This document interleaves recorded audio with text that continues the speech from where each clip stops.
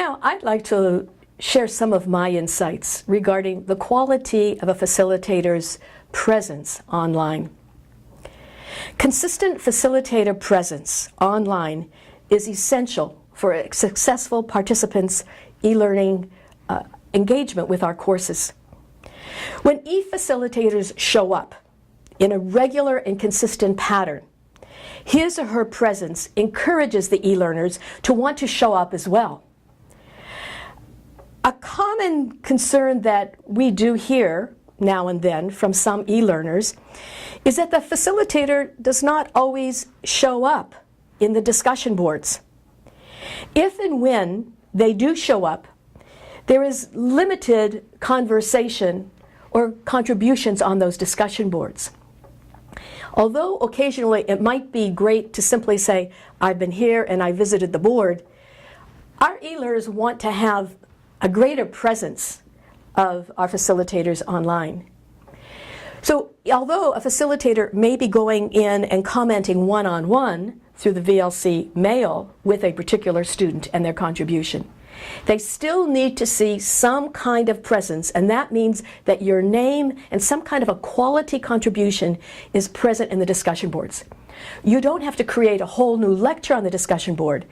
You may not even have to affirm every single person on the discussion board, but you could simply say, I've been reading an article, something that relates to what we're talking about. Pope Francis has said something very enlightening that can help us, but they want to see us present.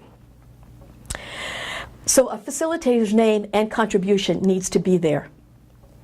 Online research indicates that the quality of the presence of facilitators determines the depth of intentional participation and learning of all e-learners. If and when a facilitator's online presence is weak, the e-course is weak, and the participation is weak.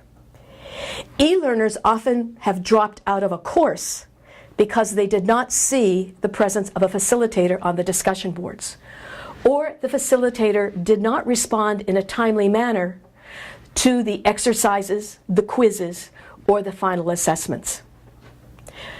So the lack of cyber presence can have a negative impact on the VLCFF. Facilitators who have demonstrated concentrated, in-depth on-learning presence are highly acknowledged by our e-learners in the evaluations. Often, an e-learner will write to us and say, I've been in this course with this facilitator. They are fantastic. Please place me in another e-course with that facilitator. Such a presence is encouraging to our e-learners, and they encourage others to participate in the VLCFF experience as well. A frequent comment that I receive also with the VLCFF is the observation that the facilitator may not give in-depth responses back for the final assessment. This is critical to help our e-learners to understand in breadth and depth if they are on target. The reverse is true. If a diocese is observing the e-course, for example, taking an e-course to discern whether they want their adults in their diocese or those administrated to participate in our courses, if they observe a lack of consistent cyber presence, the diocese's concerns of the VLCFF, seeing it as really a correspondence course and not the forming of a depth e-community of faith, is jeopardized. And they may perceive that they don't want their people to be involved with our e-courses. In light of this fact, the future of the VLCFF does rest in part on our facilitators and the quality of our cyber presence for each and every individual who's in our e-courses.